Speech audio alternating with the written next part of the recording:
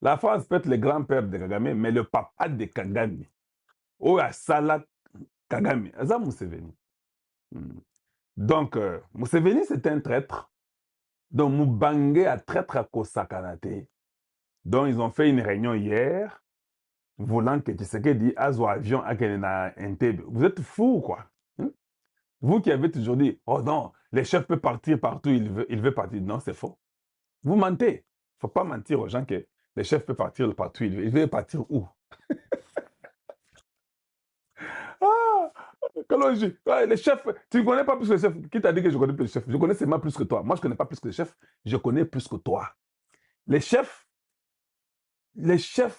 du Congo démocratique, c'est une pierre plus que précieuse. On ne peut pas se permettre de rêver et dire que non, nous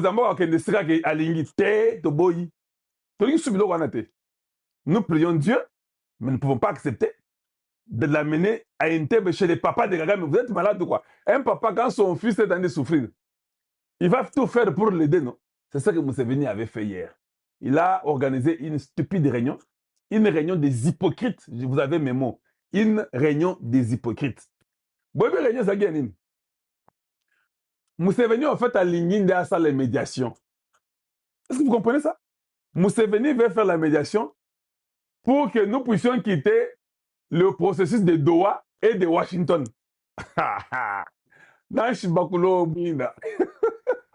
Donc, que Tshisekedi laisse le processus de Washington, ils disent que non, j'abandonne Washington. J'abandonne Doha. Allons-y en Ouganda chez Museveni, parce que c'est un papa là qui est gentil. Il a l'intention de tirer l'avion du président. Oui, oui, je vous informe, je suis au courant. 2, le président ne pouvait pas aller là-bas.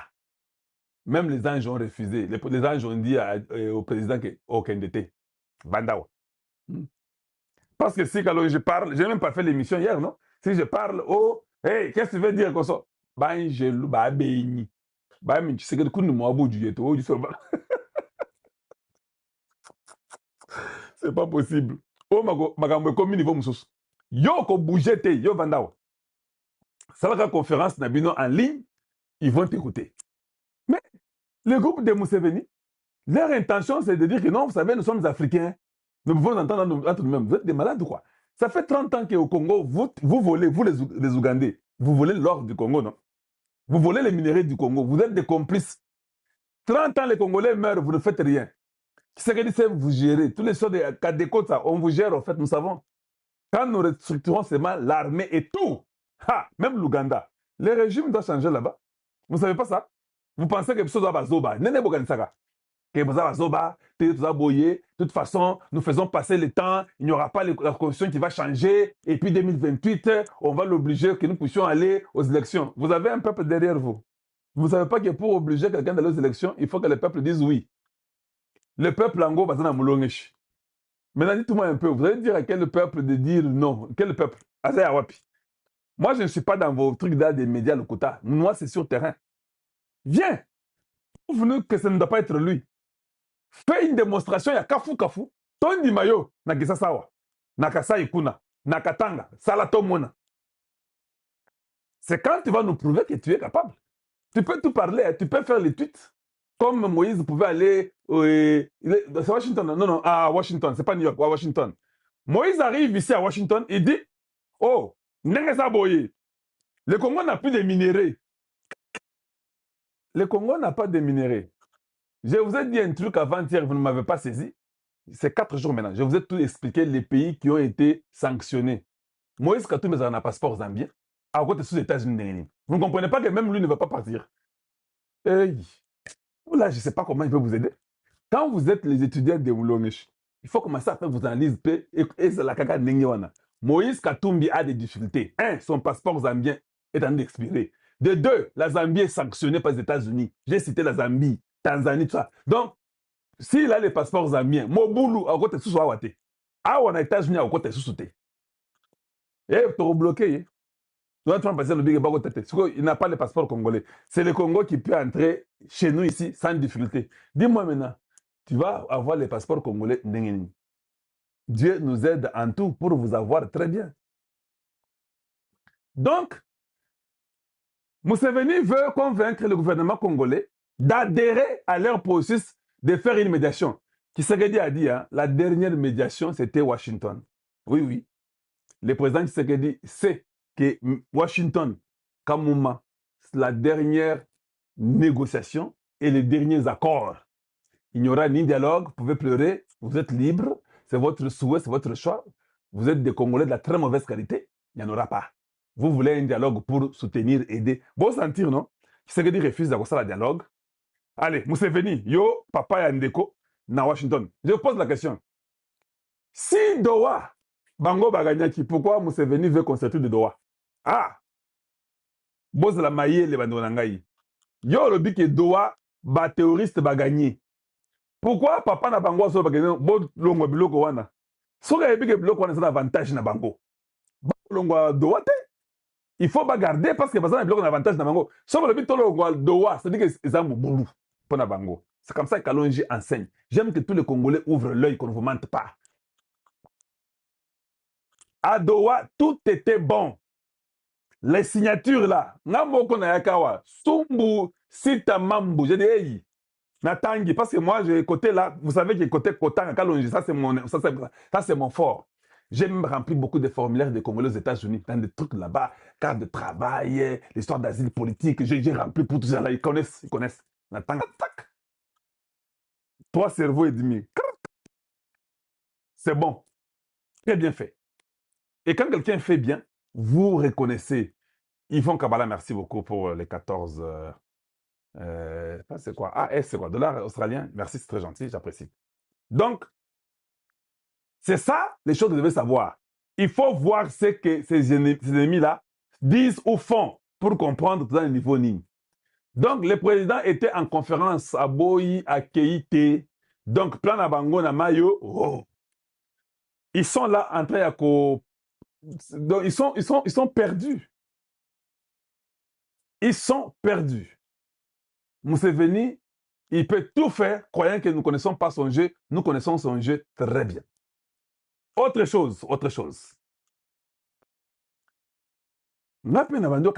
J'étais là, sur les lits, je me suis dit, bon, biloko yango oyo, Tshisekedi yango oyo, eza neni. Nalingi nana luka moto mususu namona, makasi na ngai ezokoka te. Nazobisa bino boye. Nous sommes tous des Africains.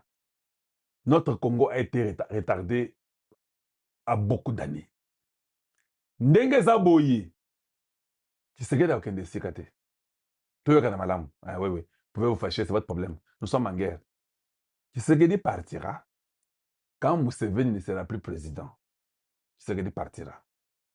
Quand nous nous rassurons que Museveni est parti, maintenant Tshisekedi peut partir. Ça, c'est volet numéro 1. Et ça, beaucoup. Beaucoup de gens vont voler. Volet numéro 2. Quand nous allons nous rassurer que Ruto n'est plus président, Tshisekedi partira. Volet 3. Si nous nous rendons compte que Kagame Mutopi n'est plus président, Tshisekedi partira. Volet 4, il y a beaucoup, il y a Ngoyo. Volet 4.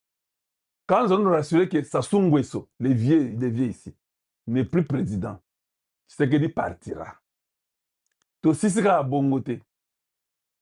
Nous allons nous rassurer aussi que Toto Ndiye, tu dis que tu es au colis.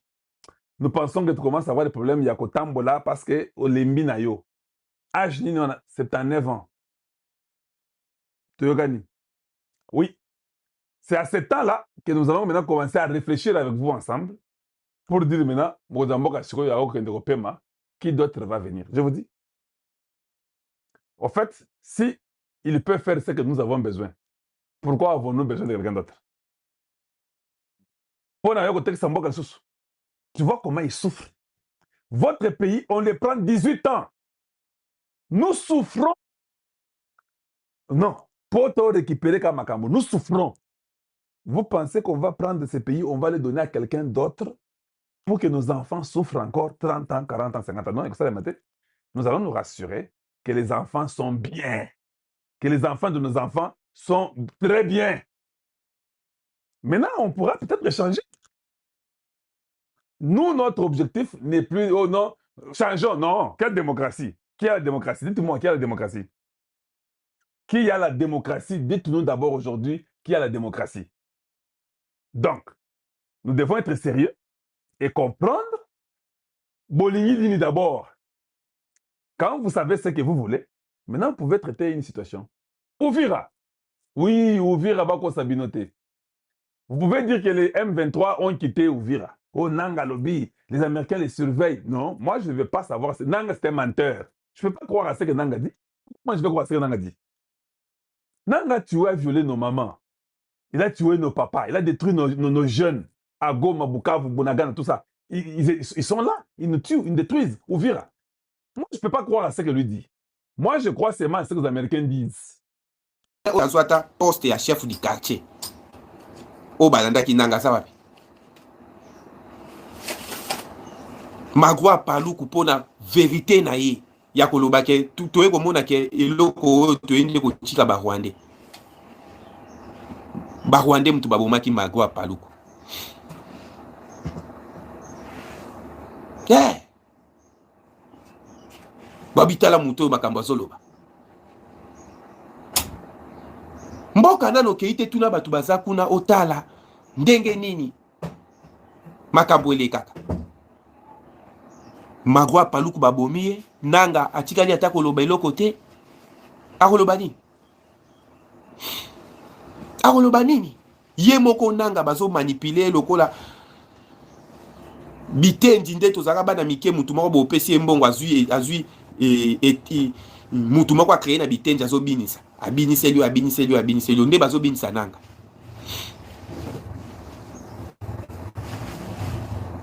Moko na bango te. Soki oyebi moko oyo alanda nanga azwa poste moko na kote ya M23 pesa kombo na ye. Yannick Chisola 0 nomination. Ada Chaloué 0 nomination. Henri Magie 0 nomination.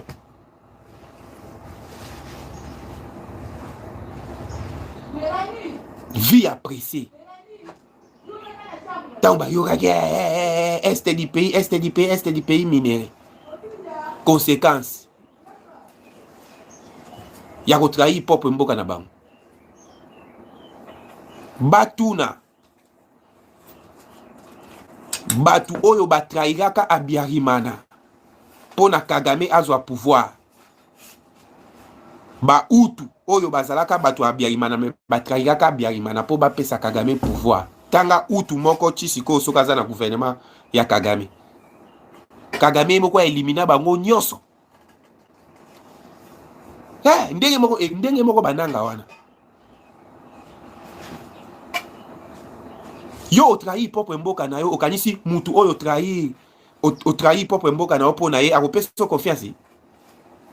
Aloba kutala oyo bazoba oyo mboka na bango moko kutu batrahi kango na wapesa bango mission bazo sala.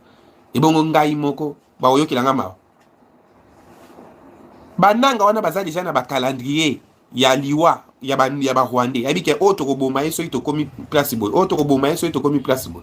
Auto koboma yeso ito komi place boy. Mutu apesi yo mbeli boma ndeko na yo. Obomi pe ndeko na yo. Est-ce que mutu wana kosala na confiance na yo? Osala na confiance na yo te? Ba oku ndeko ne ababomi ebongo ngai. Bas koti na filet moko boye bango moko kote bazali bayebi déjà ke awa filet auto koti bidiaki biso bikoki. Bananga wana et les autres là. Ba koti na mama na filet. Soki ba kokufa na maboko na biso te ba Rwandais nde ba oboma bango.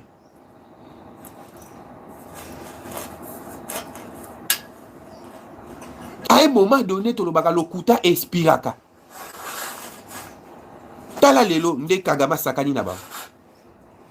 Nyoso nanga lobaka Kagama contredit ye. Mais nanga moye a contredit Kagame zate. Tant Kagama lobi pona gouvernement ya Kinshasa azonga la contrôle ya Nord Kivu na Sud Kivu. Il faut Bisoto décider, Rwanda est décidé. Ce qui réellement Nord Kivu na Sud Kivu nanga nde mukonji nango. Il faut répondre à Kagame. Est-ce que répondre à Kagame?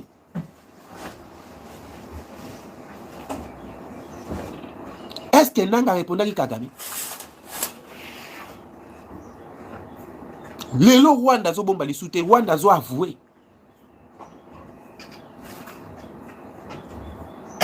Rwanda zo avoué. Azolo bakeba Soudan na bazana kacha territoire na biso. Nanga lobi bitumba wana eza ya bakongolais na bakongolais. Rwanda lobi ke basoda na ende bazobunda. États-Unis d'Amérique nda lobi ke na Rwanda bimisa basoda na yo. Tango États-Unis a lobi na Rwanda bobimisa basoda na bino. Et bongaki Nanga répondre ba américains. Aloba ke basoda oyo baza wana eza ba Rwandais te. Eza bakongolais na bakongolais. Nanga répondaki. Mais réponse est où tu vas pina Rwanda. Après si mot d'ordre. Bobi Msaba Soda.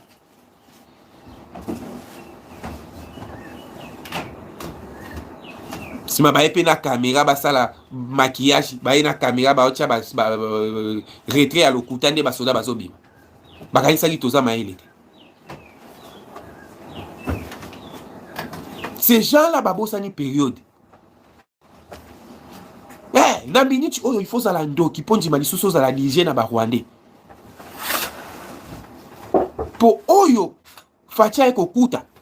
So bazui makambu fatia ekokuta ba pesi yo sur tous les plans. Okoki kolela otie maboko na mutolobi mais normalement mboka déjà kindaki. Obi mboka déjà kindaki. Chisikoyo bakabiliste wana bazoluka toujours ba moyen ya ko tumba ba preuve mususu. Shadak bakangi na GLM bako sabino to Shadak bakangi na ndaku na ye. Butu na GLM. Nyonso ko luka ko a étouffé ba dossier mususu. Oyo mboka eyeba kite ezaki eyeba na ikaka ya yena Kagame na Kabila. Oui. Dès que se connaissez ça bien, amoni de comme ça comme connaissons mon boulot. Unga ngaka tokende directement na information. Bon confirmer dans les commentaires connaissons sont ce que ça bien. Dès que kana ebisi bino bandeko.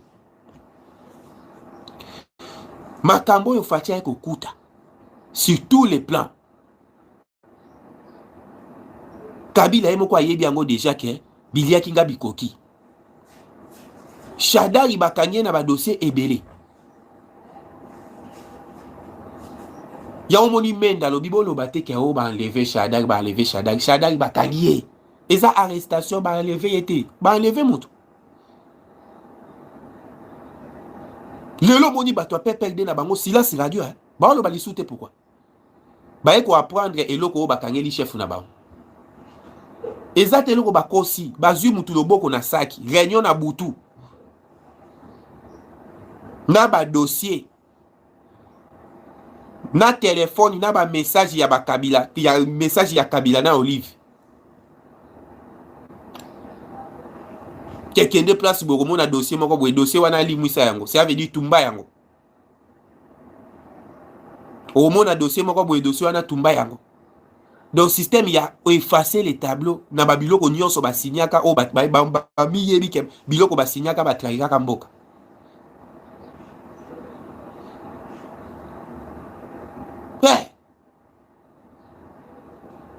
Bato pa perde ba meka lisusu. Ba obi wa ko meka lisusu o telema o Shadai yepe bakangi. Bato wana il faut to ke na bango boy. Ba ba ke makambo changer. To yebi te soki balesa bango nini yango kaka po na mutu na bango kaka mutu na bango Kabila zonga.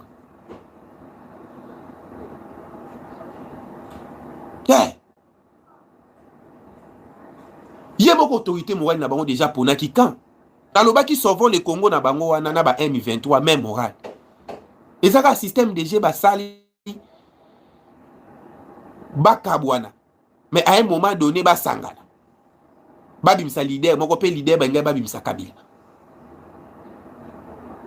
Ba créer sauvons le Congo wana tangu bayoki PPRD. Ministre ya intérêt à frapper parti ya PPRD. Donc oui ba créer sauvons le Congo wana. Plan ezalaki nini batu nyonso ya PPRD ba s'adhérer na sauvons le Congo. Yango moni première réunion tango ba pesa bango nanu. tant ba pesa ba on a privilège wana première réunion bomonaka mina kwa lobi ke o batu nyonso ya PPRD boya ko s'adhérer na Sauvons le Congo. Donc ezalaki ba continuer ka ba activité na bango non na compte ya PPRD mais na compte ya Sauvons le Congo. Heureusement ministre a intérêt à comprendre ki mbala moko bi na Sauvons le Congo wana. Pas question.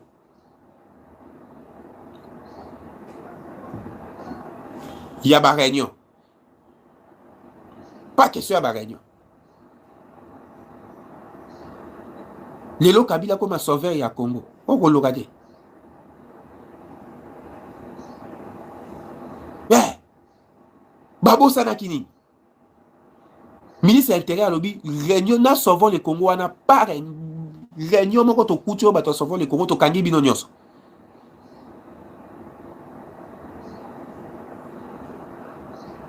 Ba on il faut ko memela bango bongo. Osoki bozo tika batu wana bazo sala ba biloko bazo sala ba mona ka lokola Kabila zakat. Oya ko fioto la lisusu nde bakangi Shaddai ba okanga payer.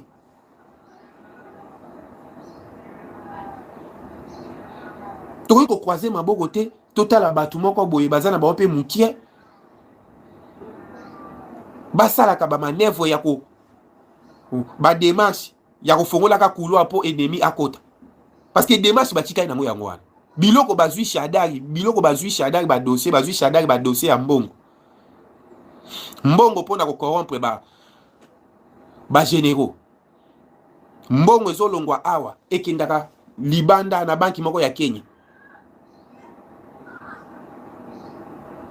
Yeah. Dossier ya ba mobondo.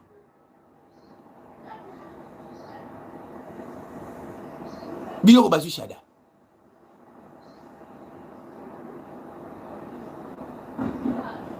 Basakanaka. Tolobaki awa toko tikela bango sous espace te.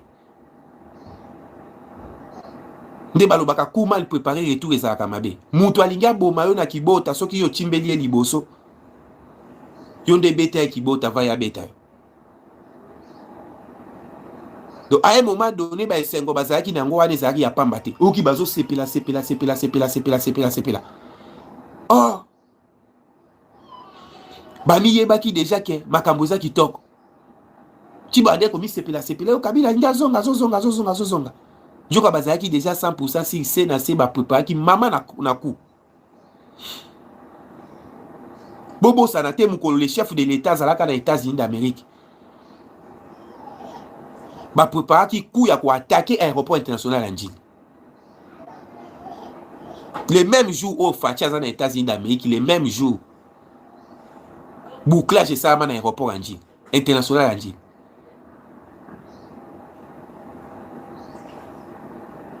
Yeah. Et loko na lobaka ngo bandakala. Comment aéroport international en Njili les na ba biloko ya miki ya ba individu. Oka oya zana nani na nini na ya sous-traitance oya zana société na ya ba chariot oya zana nini na ata chiwewe pas zaki na restaurant na kati aéroport international en Njili. Restaurant na pe bakanga ngokutu. Ya général un général na restaurant na kati aéroport. Ba Shaddai wana et les autres wana bazaki na ba activité na bango ba société na bango miki ya ba porteur ya biloko na aéroport international en Njili. Njoka batu bawande ko sana biloko wana baso pesa bango ba information ya ba mouvement nyonso zo sala. Ba créer ba biloko ebele. Uberwa pe azalaki na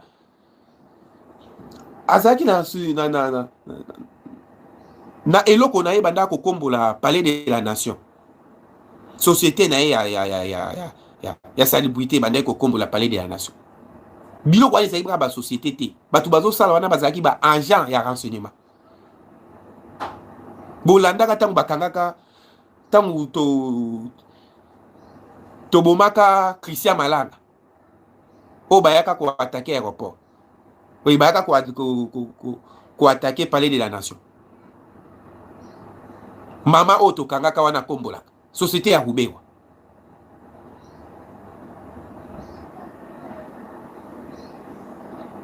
Do ba tikaka ba biloko na bango. yango na lobaki balandela babiloko oyo babiloko oyo basociété ya mike wana ya basalibrité oyo eza na baéroport ezalaka na baport eza na bapalais du peuple eza na babikote moko stratégique njoka bakreaka babiloko wana bayebaka un jour bako-infiltre bato na biloko wana mpo bazwa contrôle ya place wana bandoki awa sikoyo biliaki bango bikoki Fatia komi na kanda lobi ake na ye na sommet wana te meka na vidéoconférence alobi tokende na bino musika te batu oyo babandi ko utiliser forcing mais bayeba ke kondima bitumba esila de façon moko pacifique eza synonyme ya faiblesse te tozwaki nzela ya Washington na ya Doha mais bango moko nde babibebisi yango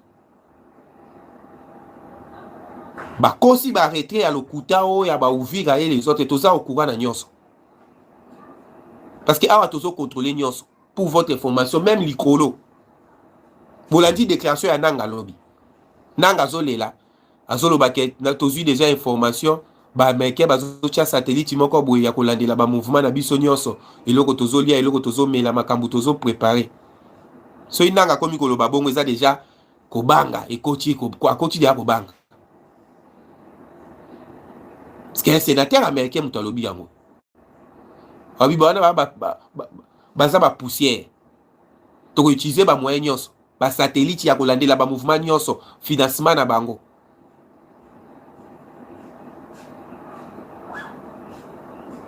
côté bazali yango moni nanga komi kobanga lobi babengisi population ya Goma na meeting na bango eza lelo yoka sikoyo plan nalobaki match onde ezokende boye biso déjà tozomene yango 1-0 pe na minute déjà ekomi na suka po match yango esila Kagame azoluka na minute onde égalisation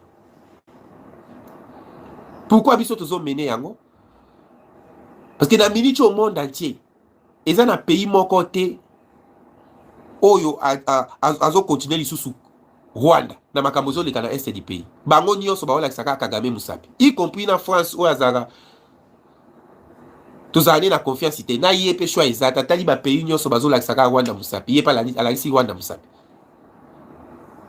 Kagame ebi déjà biliaki ebikoki batu nyonso bakufi na Nord Kivu na Sud Kivu babambeli aona mutu na ye Kagame lobi pourquoi bozo bambela mutu na ngai rébellion wana il faut bocha eza na ba mikonji nango ba bito yebi mikonji ya rébellion wana te biso to yebi yo sanction oyo ezo koya na semaine oyo lelo lundi ba sanction ezo banda na semaine oyo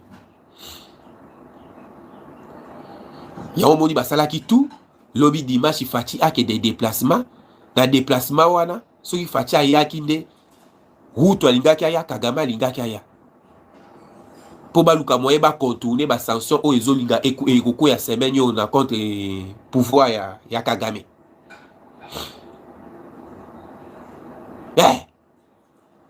sommet ya Uganda wana ezalaki yango wana baluka ba contourner accord ya ba américain pe sanction oyo ezolinga ekoela Rwanda baluka ba contourner yango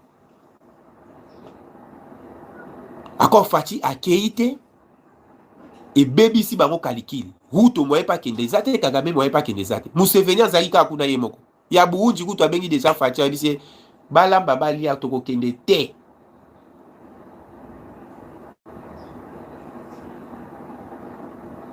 sommet ya suka oyo biso to yebisi bango ezalaki ya ba américain pe bango moko balobi sommet mususu moko ekosalama te accord mususu ekosinyame te à part oyo ya ba américain oyo ya bango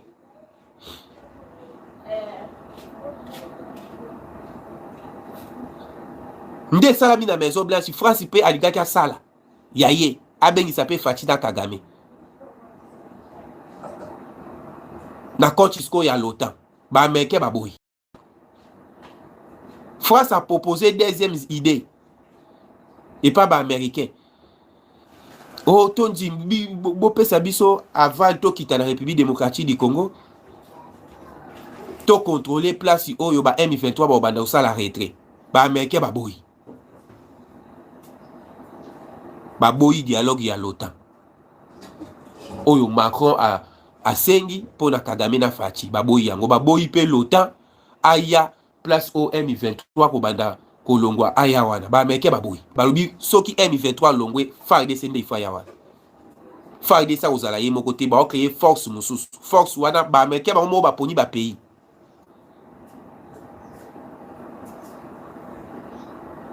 bitu keita ba remplacer hein na baki américain muta kozwa place wana ba remplacer pas un américain ba mo ba poni ba pays ba poni Burundi Tanzanie na Angola. Kagame moni déjà Burundi na Tanzanie na Burundi Tanzanie na Angola bayoka na kate.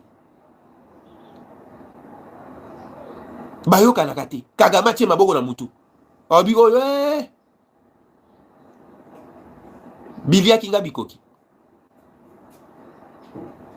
Les Américains balobi place oyo armée rwandaise a Kolongwa FARDC ayewana.